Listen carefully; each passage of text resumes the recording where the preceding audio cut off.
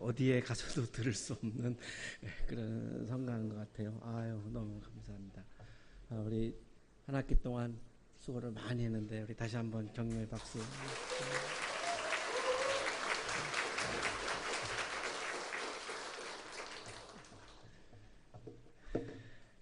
겨울에 가족들과 겨울 휴가를 꼭 한 번은 가는 곳이 있습니다. 속초에서 조금 더 북쪽으로 올라가면 천진항이라고 하는 그런 곳이 있습니다.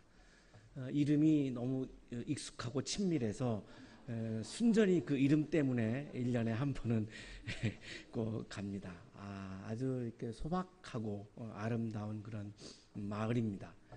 여기에 가면 이렇게 뭐죠? 이렇게 이렇게 표가 붙어 있잖아요. 이렇게 팻말들이 붙어 있는데 굉장히 저에게는 아주 익숙한 그런 팻말들이어서 이렇게 이 타향에 온 것 같지 않고 굉장히 고향에 온 것 같은 느낌을 저버릴 수가 없습니다. 이름 때문에 그렇죠. 그래서 해수욕장부터 시작해서 초등학교, 뭐 칼국수집, 정육점까지도, 그리고 다방, 뭐 마트, 다 헤어샵, 교회, 뭐 우체국, 교회, 저에게는 아주 익숙한 그런 곳이어서 꼭 갑니다. 또 하나는 코스트하우스라고 하는 그런 펜션이 있는데 굉장히 저렴하고요, 깨끗하고, 그리고 창 바로 앞까지 바닷물이 들어오고, 이 창에서 바다를 보면 거쳐 있는 게 아무것도 없고 그냥 딱 터져 있어가지고 정말 그냥 가면 막 이렇게 탄성이 나오고, 문을 열어도 바닷소리는 들리는데 바람은 들어오지 않는 참 묘한 그런 참 집이에요. 그래서 또 굉장히 저렴하고요. 그래서 가족이 꼭 이렇게 가곤 합니다.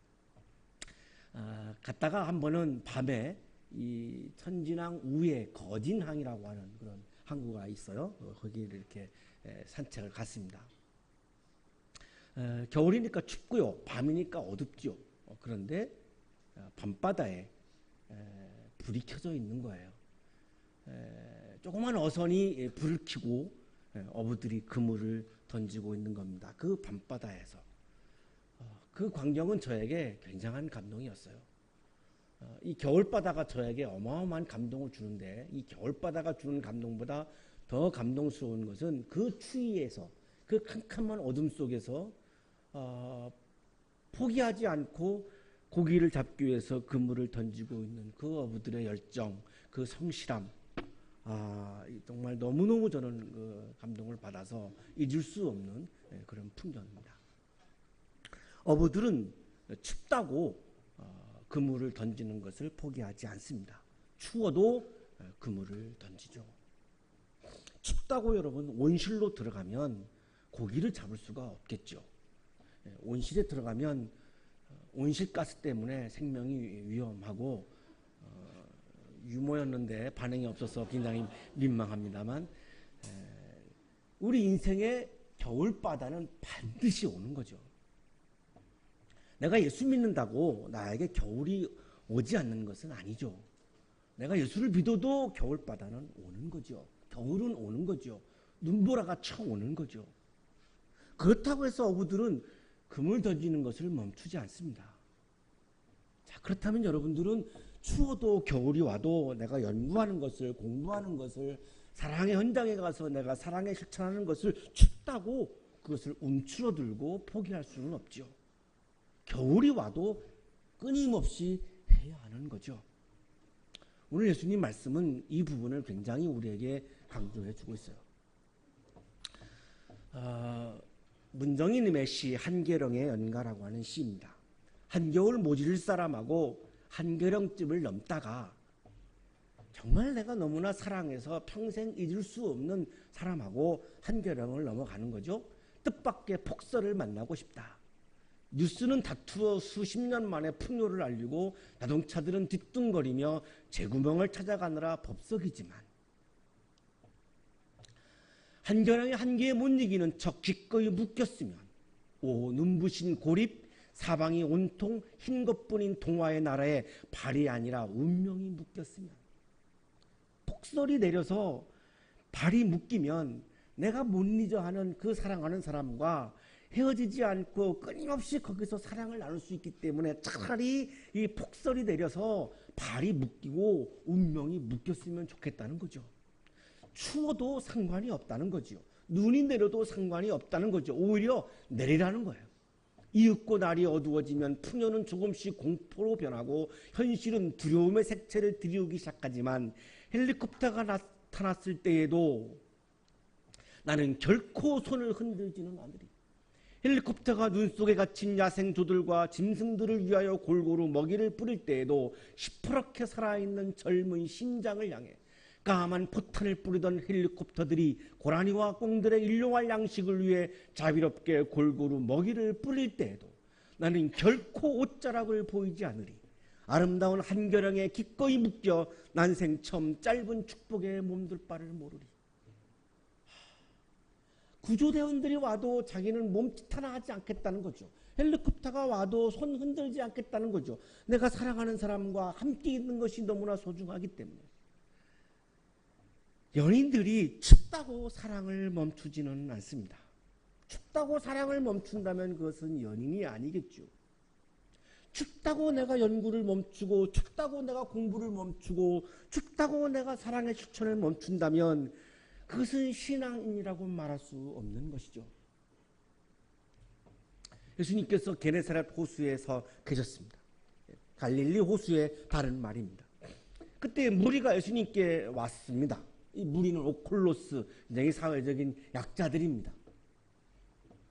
이들이 온 목적은 무엇입니까? 하나님의 말씀을 듣기 위해서 왔습니다. 왜 이들은 하나님의 말씀을 듣기 위해서 왔을까요? 하나님을 보고 싶은데 볼 수가 없지요. 하나님의 나라를 보고 싶은데 볼 수가 없죠. 그런데 예수의 소리를 들으면 하나님이 보이고 하나님의 나라가 보이는 것을 이미 경험한 적이 있는 것입니다. 소리가 봄으로 이어지고 소리가 빛으로 이어지는 것을 이미 경험했기 때문에 하나님이 너무나 보고 싶고 하나님의 나라를 너무나 경험하고 싶어서, 그런데 그것은 예수의 소리를 통하지 않고서는 경험할 수 없다는 것을 알기 때문에, 그래서 예수의 소리, 하나님의 말씀을 들으러 온 것이죠. 이 사회적인 약자들은 하나님을 너무나 보고 싶었고 하나님의 나라를 너무나 경험하고 싶었어요. 너무나 삶이 어려웠기 때문에 이미 이들에게는 추운 겨울이 와 있던 거고 이미 겨울바다가 와 있던 거죠.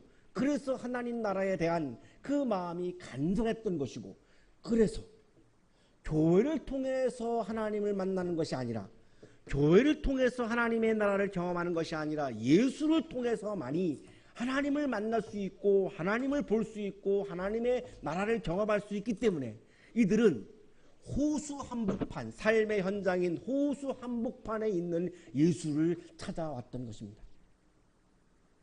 오늘날 한국의 그리스도인들이 교회에 오는 목적을 다시 한번 성찰해 보아야 하는 그런 본문이라고 저는 생각을 합니다. 예수님께서 그 무리 오클로스들을 보시다가 갑자기 시선이 바뀝니다. 배 두 척을 보십니다. 이 배를 두 척의 배를 보시는데 어부들이 배에서 내려와서 그물을 씻습니다. 에플리논, 이 그물을 씻는 이유는 팔레스타인에서는 밤에 주로 고기를 잡기 때문에 낮에는 수선을 하는 거죠. 정비를 하는 거죠. 밤에 고기를 잡기 위해서 한참 열심히 막 정비를 하는 겁니다. 워밍업을 하는 거죠. 준비를 하는 거죠. 그 광경을 예수님이 보신 거예요. 그 두 배 중에 하나가 베드로, 시몬, 메드로의 배입니다. 거기에 오르셨어요. 그리고 호수에서 약간 떨어 놓으라고 하신 다음에 그 배에 앉으셔서 육지에 있는 오클로스들을, 이 사람들을, 무리들을 가르치기 시작했습니다. 이 가르침의 내용은 당연히 하나님의 나라겠죠. 하나님의 나라를 경험하고 싶어서 온 사람들이니까요. 하나님의 나라에 대해서 막 말씀을 하신 겁니다. 배 위에 올라가서 하신 거죠. 뒤에는 바다이고 앞에는 육지이고 그 꼭 귀신이 있을 것 같은 그런 그 사탄이 있을 것 같은 그 바다 앞에서 육지에 있는 많은 오클로스들을 예수님이 몸으로 이들을 보호하면서 하나님의 나라로 안내하고 있는 그런 장면이죠. 자, 말씀을 그쳤습니다. 하나님 나라에 대한 가르침을 이제 끝냈습니다. 자, 그리고 이제 시몬에게 말씀을 하시는 거죠. 깊은 데로 나가서 그물을 내려서 고기를 잡아라. 이 뒤에 나옵니다만 베드로는 밤새도록 고기를 한 마리도 못 잡았습니다. 겨울바다죠. 인생의 겨울이죠. 거기다 대고 예수님이 하시는 말씀은 뭐냐면 깊은 데로 가라는 거죠. 추우면 추울수록 오히려 더 깊은 학문의 세계로, 더 깊은 공부의 세계로, 더 깊은 사랑의 실천의 현장으로 가야 한다는 거죠. 춥다고 오히려 그런 얄팍한 꼼수를 부려가지고서는 안 된다는 거죠. 해결이 안 된다는 거죠. 더 깊이 가라는 거예요. 거기서 그물을 내리라는 거예요. 예수님의 말씀은 그물을 내리라는 거죠. 그물을 내리지 않고 고기를 잡을 수 없으니까요. 추워도 그물을 던져야 한다는 거예요. 예수님의 말씀은 딱 이거 하나입니다. 추워도 그물을 던지라는 거예요. 열매가 없어도 그물을 던지라는 거예요. 고기가 안 잡혀도 겨울이 와도 그물을 던지라는 거예요. 시몬이 대답합니다. 선생님, 우리가 밤새도록 애써 애를 썼으나 아무것도 잡지 못했습니다. 밤새도록 밤을 새면서 애를 썼어요. 노력을 안 한 게 아니에요. 정말 밤새면서까지. 여러분 밤 안 새고 공부하잖아요. 근데 베드로는 지금 밤새도록 공부를 한 겁니다. 우리보다 훨씬 더 열정적이죠. 밤새도록 했잖아요. 애를 썼잖아요. 그런데 결과는 열매가 없습니다. 저는 5절 본문이 매우 중요하다고 생각을 해요. 내가 애를 쓰면 당연히 열매가 주어지는 거지. 천만에요. 천만에요. 애를 쓰는 건 내가 할 일이고 그물을 던지는 거는 내가 하는 거지만 고기를 주고 열매를 주는 것은 주님이 하시는 일이에요. 그건 내가 관여할 수가 없습니다. 우리가 건강해지려고 애를 써서 운동을 하죠. 그럼 반드시 건강해집니까? 운동하다가 다치기도 하죠. 지난주 토요일 날 우리 사회봉사단에서 하는 김장 봉사활동에 우리 이영진 목사님과 가서 참여를 하고 우리 월화수 우리 목사님들 영성 세미나 프로그램이 있어서 토요일 날 오후에서 밤까지 계속 우리 식구들이 일을 하는데 어둠이 막 오는데 우리 영진 목사님이 하루 종일 막 집중해서 일하다 보니까 좀 이렇게 멘붕이 온다고 나보고 나가서 농구를 하자고 제안을 하셨어요. 그래서 나가서 농구를 이제 둘이서 하는데 약간 감정이 실린 것 같은 것으로 의심되어지는 그런 좀 강한 패스가 있었어요.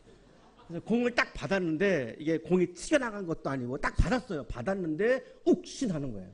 예, 부러진 거예요, 뼈가. 근데 아프다 그러면 또 이영주 목사님이 너무나 미안할까 봐 제가 마음이 이렇게 어려요. 아프다고 말도 못하고 한 10분간을 계속 운동을 하고 들어와서 다 하고 지난 월화수 행사 다 하고 목요 체프를 하고 그리고 우리 성도님 한 분이 좀 병원에 가봤으면 좋겠다고 그래서 할 수 없이 병원에 가서 사진을 찍었더니 뼈가 부러진 거예요. 그래서 이렇게 수술을 했습니다. 농구를 한 것은 다치려고 한 게 아니었습니다. 이 멘붕 상태를 좀 벗어나서 더 열심히 일해보려고 이렇게 좀 환기를 시키려고 애를 쓴 거죠. 애를 썼지만 결과는 수술이에요. 제가 태어나서 첫 수술, 첫 입원이었어요. 입원이 태어나서 처음으로. 그래서 수술하시는 분들의 심정, 입원하는 분들의 심정을 많이 이렇게 느꼈습니다. 내가 애를 쓴다고 해서 반드시 열매가 열린다고 생각하지 마세요. 그렇지 않아요. 베드로도 밤새도록 애를 썼지만 잡지 못했어요. 이때 중요한 것은 내 능력 부족이라고 자학하지도 마세요. 열매는, 고기는 하나님의 영역이지 내 영역이 아니에요. 내가 부족해서 안 열린 게 아니에요. 베드로가 고기잡이를 못해서 못 잡은 게 아니에요. 갈릴리오스에서 잔뼈가 굵은 어부예요. 전문가예요. 자, 이거를 깨달은 베드로가 뭐라고 얘기합니까? 선생님의 말씀을 따라서 그물을 내리겠습니다. 내 인생의 겨울바다가 왔지만, 추위가 왔지만 내 선생님의 말씀을 따라서 그물을 내리겠습니다. 여기서 말하는 선생님이 원래는 디다스칼로스죠. 이렇게 티처 그러면. 근데 베드로는 디다스칼로스라고 안 하고 에피스타타라고 불러요. 마스터예요. 그러니까 주인님 이렇게 한 거예요. 모든 나의 열매를 다 쥐고 있는, 권한을 다 쥐고 있는 나의 주인이신 주인님 이렇게 불러요. 랍비라고도 안 하고 디다스칼로스라고도 안 하고 에피스타타 이렇게 불러요. 이 베드로의 이 고백에는 내가 노력이 내 애가 열매를 맺지 못한다라고 하는 것을 이미 깨달은 것이고, 그 열매의 권한을 다 쥐고 있는 나의 마스터, 나의 주인님 이렇게 고백하는 거죠. 나의 주인이신 주님의 말씀을 따라서 그물을 내리겠습니다. 그런 다음에 그대로 하니, 내 주인님의 말씀대로 한 거예요. 그랬더니 결과는 고깃대가 걸려들어서 그물이 찢어질 지경이 되었습니다.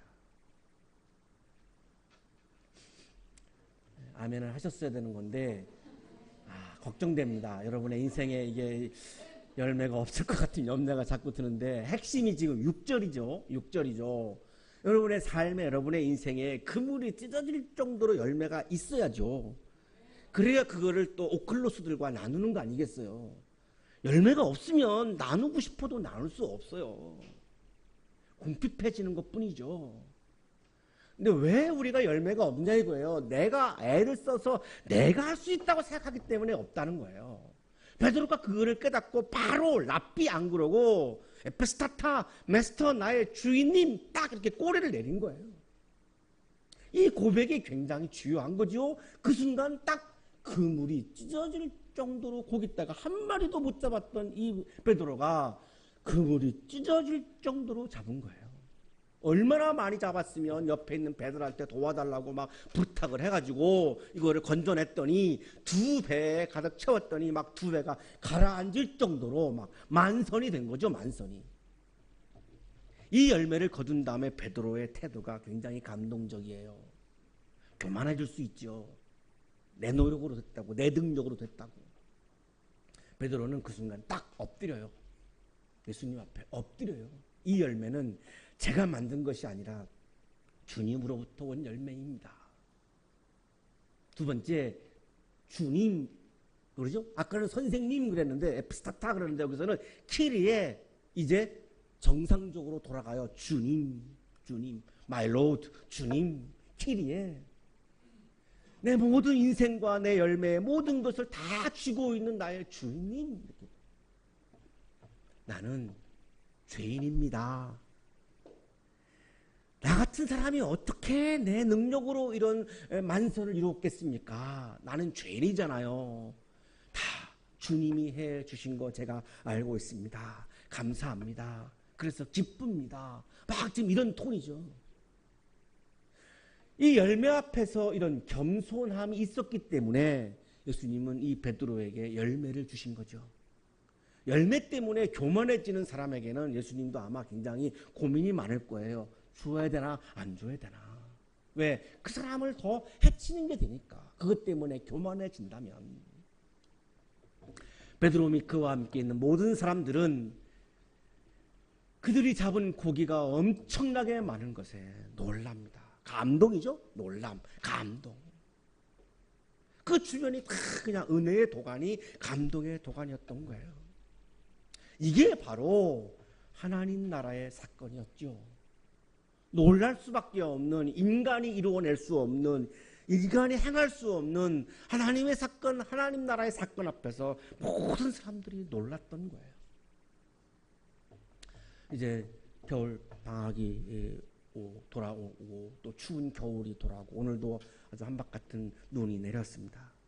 여러분 겨울 방학 동안에 춥다고 움츠러들지 마시고 자꾸 온실 속으로 들어가서 이렇게 위축되지 마시고, 추우면 추울수록 더 바다의 현장으로 나가셔서, 그것도 깊은 바다의 현장으로 나가셔서 학문의 세계에, 공부의 세계에, 사랑을 실천하는 그 봉사의 현장에, 사랑의 현장에 더 깊이, 얄팍한 것이 아니라 더 깊이 뛰어들어가서 열정적으로 예수 그리스도를 바라보면서 그분을 나의 주인으로 삼으시면서 더 열정적으로 그물을 던지고 그물을 내리셔서 3월 봄에 만나실 때에는 정말 여러분 가슴에 많은 열매들을 가슴에 안고 여러분 우리가 만나서 그 열매를 함께 축하하고 또한 함께 나눌 수 있는 그런 겨울 방학이 되시기를 축복합니다. 기도하겠습니다.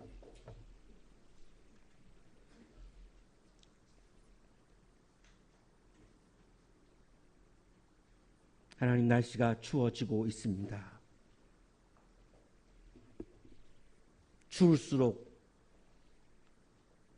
주님이 말씀하신 것처럼 우리가 더 깊은 삶의 현장으로 또한 학문의 현장으로 뛰어들어서 열정적으로 그물을 내려 하나님 나라의 열매를, 하나님 나라의 사건을 경험하고 주님 앞에 감사하는 우리 한양인들이 되도록 복내려 주옵소서. 예수 그리스도의 이름으로 기도하옵나이다. 아멘.